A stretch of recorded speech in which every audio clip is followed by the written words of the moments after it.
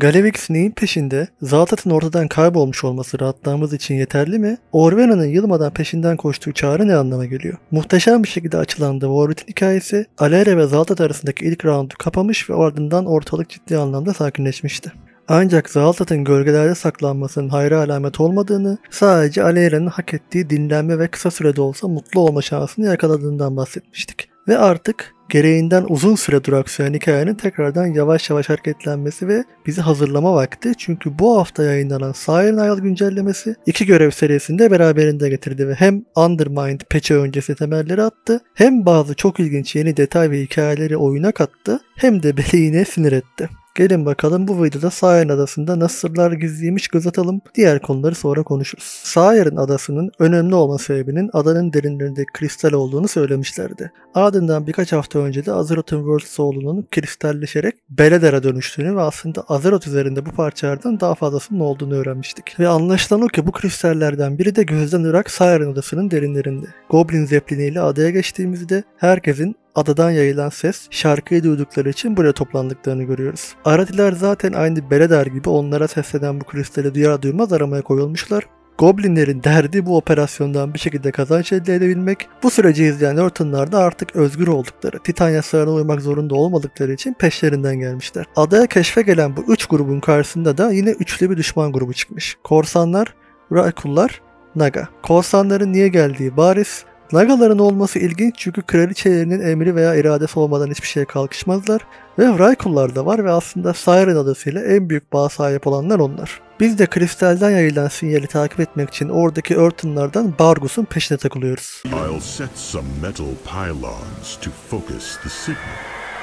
Meet me over the hill. This singing crystal is remarkably like Beledar. We should treat it with reverence. Ve öğreniyoruz ki Arati bu kristale de bir isim vermiş. Lorandel. Denizin sesi. Sinyali takip ettiğimizde Raikullara rastlıyoruz. Gizlice aralarından sıyrılıp sinyalin geldiği mağaraya vardığımızda Fascinating. The energy is focused through that tablet.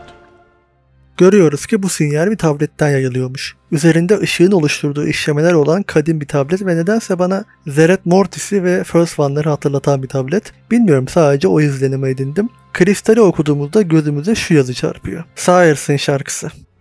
Remarkable. The signal's energy surrounds this structure. How deep does this go? Echoes of the past. This structure clearly has a history. The signal is getting stronger. It's coming from that chamber. Yani kendimizi bir anda adanın altındaki kadim ve gizemli bir Titan tesisinde buluyoruz. Oraya yerleştirilmiş tabletler, kapalı kapılar ve kapıları koruyan kristalleşmiş Vrakullar var. Bu benim çok hoşuma gitti, açık konuşayım, çünkü Warcraft bu yani tam olarak. Yani şu oda, şu atmosfer Warcraft. Siz ne düşündüğünüzü bilemem. Ardından odanın çevresindeki 6 tableti okuyoruz ve karşımıza çok ilginç bir hikaye çıkıyor. Kabartma metalden etkileyici bir figürü tasvir ediyor. Havaya kaldırdığı elindeki eldivenin üzerinde devasa bir yüzük var. Fırtına Lordumuzun sessizliğe bürünmesinin ardından kudretli Sires klanını Stormpeak'ten Winterscorn'un dinmeyen savaş arzusundan uzaklaştırdı. Peşimizde kuzeyin soğuk rüzgarlarıyla kaçarken klanımızın amacını sorguladık. Kimi koruyacaktık? Keeper'lar olmadan kime hizmet edecektik? Sürgün edilmemizden yıllar sonra dualarımız kabul oldu. Yerin altından onun sesini duyduk. Yardım çığlığı, ızdırap dolu bir çağrı. Cyrus için bu çağrı bizim kaderimizdi ve böylece ses bizi yönlendirdi. Bu konuyu detaylıca çok eski videolarımda anlatmıştım, ancak özetle kadim zamanlarda Yogg-Saron, Azeroth Titanlar adıyla korumakla görevlendirilen Titan Keeper'ları birbirine kırdırıyor ve emirlerindeki Raikullar da kaosa sürükleniyorlar. Bu Raikul klanlarından birinin üyesi olan Cyrus da yerin altından gelen bir çağrının peşinde bir grup Raikul'u peşine takmış. Şunu da unutmayın, o dönemde kıtalar tek parça, yani denizden değil karadan yürüyerek bu yola çıkıyorlar. Kristal parçalarının gömüldüğü tek bir taş levha, kadim tablet karmaşık şekilde oyulmuş resimler ve rünlük harflerle doluydu. Kabartma sakin, metal derili bir figürü tasvir ediyor. Omzunun üstünde parlayan, kabaşon kesim gözleri olan görkemli bir canlı tünemişti. İkili kristalleşmiş bir elmasa gözlerini dikmişlerdi. Parçalanmış araçları kenara fırlatırken yerin altında bulduk. Aylarca duyduk ve aylarca aradık. Altından bir kristal, etrafı taşlarla çevrilmiş. karanlıkta bir meşale gibi parlıyor. Yüzeyine Cyrus'ın eli basılmıştı. Bir ses, bir çığlık. Ancak acı veya yardım dolu bir çığlık değil. Sakin, zarif. Haemosol, parlayan kalp. Işıltısı ve yüzeyi sanki görünmeyen eller tarafından oyulmuşçasına. Çok taş oydum, demir ellerim, araç gereçlerim. Ancak Haemosol'un görkemi gözlerimi açtı. Yeni dizaynlar, şablonlar ve yapılar. Zihnim tertemiz. Evet, Cyrus ve klanı kristali bulmaya başarmışlar ve bu kabartmalara uyan kişi gördüğü şeyden büyülenmiş. Kristale parlayan kalp adını vermişler ve bu kristal bu satırları kaleme alan Raikul'un zihnini açmış.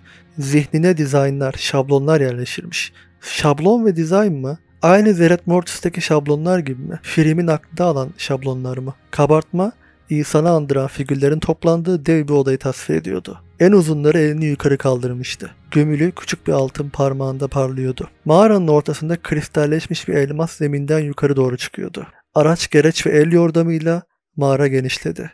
Kalbin dinleneceği bir beşik, taştan yapılma. Stormwind türbeye koyulmuştu. Haemsol'un bir zamanlar şiddetle köpüren sesi sakinleşmişti. Cyrus kalple konuşuyor olsa da sesi soluktu. Neredeyse bir fısıltı gibi çıkıyordu. Böylece demir ellerimle oydum, inşa ettim. Parlayan cevherden yapılma bir taç. Cyrus'ın eli için birebir. Kalbin küçük parçalarıyla süslenmiş bir yüzük. Kalıntılar yumuşatılmış ve oyulmuş. Fırtınanın ürünlerinden sitrin taşları parlarken yüzeyleri yumuşak bir şarkıyla parıldıyordu. Bir Raikul demircisi, Haemsol'dan aldığı görünün ardından liderleri için adadaki fırtına ürünlerinden bir yüzük yapmış. Ve burada da şarkıya vurgu var yine. Aynı zamanda bu kristalden kalp olarak da bahsediyorlar. Kabartma, sakallı, metalik bir figürü elinde taş bir tablet ve oyma kalemi tutarken tasvir ediyor. Aşağısında kristal bir elmasın olduğu bir oda, yukarısında ise yükselen bir yapı. Bu anıtı yontan kişi diğerlerinden farklı. Asil Jartfir, sadakat ve bilgelik demirci denize basılmış. Sternwyn ilk oymacısı, Cyrus'ın danışmanı ve Haemsol'un koruyucusu. Tapınağımız taşla inşa edildi. Muhafızları kadim rünlerle hayat buldu. Yumuşatarak ve besleyerek Haemsol ile olan bağımız güçlendi ve çağrısı sürdü. Jartfir'in eli ve Haemsol'un şarkısıyla Sternwyn amaçlarını bulmuştu. Sternwyn haricinde rün bağlama ustalığını, taş oyma sanatını bilen çok azdı. Kuzeyin fırtınalarını toprağın taşlarına bağlamak çok nadir bir zanaat ustalığıydı. İrade ve rünle dövülen muhafızları nöbet tutmak için ayaklandılar. Onun sırlarına vakıf olan az olsa da yaratımları çok kişinin karşısına çıkacaktı. Haemsol'un şarkısıyla Jartfir'in dizayn ettikleri serpilecekti. Evet, işlerin iyice epikleşmeye ve aslında mitolojik hale gelmeye başladığı nokta, bu tapınağı inşa eden, bu taş hariç diğer hepsini kayda alan Raikul Jartfin, run bağlama ustası ve bunun örneğini aslında Legion'da Stormheim'deki Raikul'larda da görmüştük. Orada da Helle'ye hizmet eden rün oymacıları ve rün bağlayıcıları vardı. Taşları oyan, rün işleyen ve onlarla iletişime geçerek rün büyüsünü kullanabilen Raikul'lar çok güzel bir konsept bence. Bu tablet metal derili insansı figürlerle denizden çıkan yılanımsı canlılar arasındaki muazzam bir savaşı tasvir ediyor. Metal figürler sayıca az olsalar da kanatlı canlılar ve taştan muhafızlar savaşta yanlarına katılmak için geliyorlar. En büyük metal figür parmağındaki altın yüzükle görülürken tepesinde kanatlı bir canlı uçuyordu. Kellesi kuma düştü, kara kana etrafa saçıldı. Cyrus'ın kılıcı ışıkla parladı. Karanlık derinlerden bir varlık çıka geldi.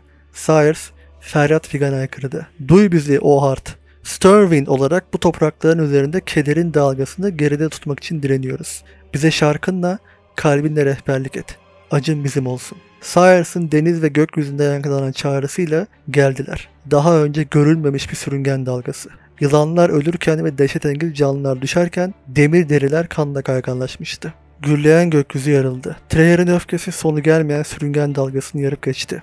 Topraktan elle oyulmuş taştan muhafızlar yükseldi. Dalgalara çarptılar kendilerine. Çok yükseklerden altın kanatların üstünde Cyrus'ın duaları kabul oldu. Cennetten bir hediye gelmişti. Fakat gelgit tekrar başlamıştı.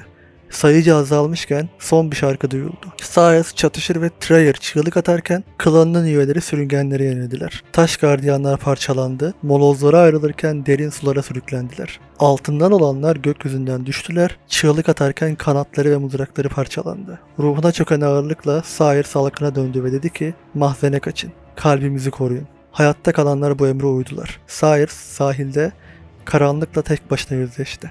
İşlerin iyice ilginçleşmeye ve karanlıklaşmaya başladığı nokta, kullanılan dil, anlatım şekli cidden hoşuma gitti ve özlemişim Warcraft'ın bu tarafında. Hep tekrarlıyorum, özellikle Shadowlands ve Dragonflight'tan sonra. Bakın, adaya denizin derinlerinden saldıran karanlık canlılar var ve bunlar yılanımsı canlılar olarak tasvir edilmiş. Ve adanın üzerinde Old God'ların yarattığı bu karanlık canlılarla Titanların yaratımları savaşa tutuşmuş. O klasik temayı çok güzel tasvir etmişler yine burada. Ve tekrarlıyorum, derinlerden gelen karanlık ve yılanımsı şekilde tasvir edilen canlılar. Denizin karanlığından doğan canlılar fırtınanın evlatlarına karşı. Hikayede klasik bir temayı modern hikayeyle müthiş şekilde bağlamışlar burada. Taş anıt, devasa bir taş kulenin dev bir dalgaya çökmesini tasvir ediyor. Dalganın gölgesinde baygın bir figür görülebiliyor. Kulenin altında bir yeraltı odasında parıldayan bir altın kristalin önüne sığınmış figürler görülüyor. Nesiller geçerken amacımız baki kaldı. Parıldayan kalbi huzurlu tutmak. Diyarlar ele geçirilir ve parçalanırken gökyüzü rezil bir yeşil ışıkla parladı. Kalemiz çatladı. Kuleler düşer ve karanlık sular içeri sızarken. Aşağıdaki sığınakta Stormwind olarak dua ettik. Cyrus'ın eli kalbin üzerinde. Ancak titremeler şiddetlendikçe çığlıkları yankılandı. Himsoul'un fırtınası yenilendi. Sessizlik çöktüğünde çığlıkları hala acı doluydu. Taş ründü kapılarımız mühürlenmemişti. Cyrus ileri doğru atılırken kalemiz mahvoldu. Yeni sularla çevrildi. Kıyılarımızda karanlık bir şey duruyordu. Sözleri zihnimizdeydi. Dedi ki, derinlerdeki hareketleniyor. Burası onu çağırıyor. Yakında bu diyar üzerinde hak iddia edecek. Eskilerin hediyeleri önünde diz çökün. Güçleriniz onunkilerle birleşsin. Evet, böylece taş kayıtlar sonlanırken derinlerdeki karanlığın bu adadaki kristale gözün diktiğini öğreniyoruz. Heimsoul, Lorendel veya bizim bildiğimiz şekliyle Beladar'ın kardeşi ve Warsoul'un bir parçası. Dediğim gibi şu videoda bahsettiğim derinlerdeki karanlık belki 5. Olkat veya Nuzot buradaki kristali ele geçirmek için çağlar önce saldırmış ve emin olamadığım şey tabletin sonunda kazanmışlar gibi duruyor. Mahzene girmeyi başaramadılar belli ki, ancak hikayenin en azından bu kısmı geri püskürtülmeleriyle değil, bu Old God'ın elçisinin zaferi ve çağrısıyla sonlanıyor. Sonra ne oldu acaba? Niye uyandırdığımız muhafızlar bize saldırırken Serpent yani sürüngen dedi? Niye kristalleşmişler, yankı haline gelmişler? Ve bu yankıları da kristalleşmiş. Azeroth kristalleştiriyor çünkü. Korumak veya kutsamak istediği şeyleri. Kendi Worldsoul'unu kristal parçalarına bölmüş ya da başka güç tarafından bölünmüş. Elçileri Magni gibi kristale dönüşüyor ve bu odanın muhafızları da kristal yankılara dönüşmüşler. Evet, biraz kısa bir video oldu. Aşırı yoğunum çünkü son dönemde. Bu yüzden 2 görev serisinde birleştirmek istemedim. Orvena görevlerini başka zaman konuşuruz. Bir yere kaçmıyorum zaten. Dediğim gibi ben beklemediğim derecede ilginç detaylar buldum bu gizli mahzenden ve tasarımını, ambiyansını da çok beğendim. Üzerinde figürler olan devasa kapılar, meşaleler, her şeyin aslında yüce ve devasa hissettirmesi, derinlerde karanlığa ve karanlıktan vücut bulan canlıların tekrar vurgulanması ve Titan yapım Vraykullarla savaşmaları. Şimdi umduğum şey önümüzdeki haftalarda bu mahzenle ilgili başka küçük de olsa görevler olması ki bununla sınırlı kalmasın. Daha önce vurguladığım gibi Sunwell açılacak cephelerden biri olacak, fakat derinlerde toplanan karanlığında unutulmaması gerek. Dinlediğiniz için sağ olun. Umarım Sire Adası'ndaki gizemleri güzelce özetleyebilmişimdir. Aboneliğinizi ve yorumlarınızı bekliyorum. Bir sonraki video tahminen gelecek yıl gelir.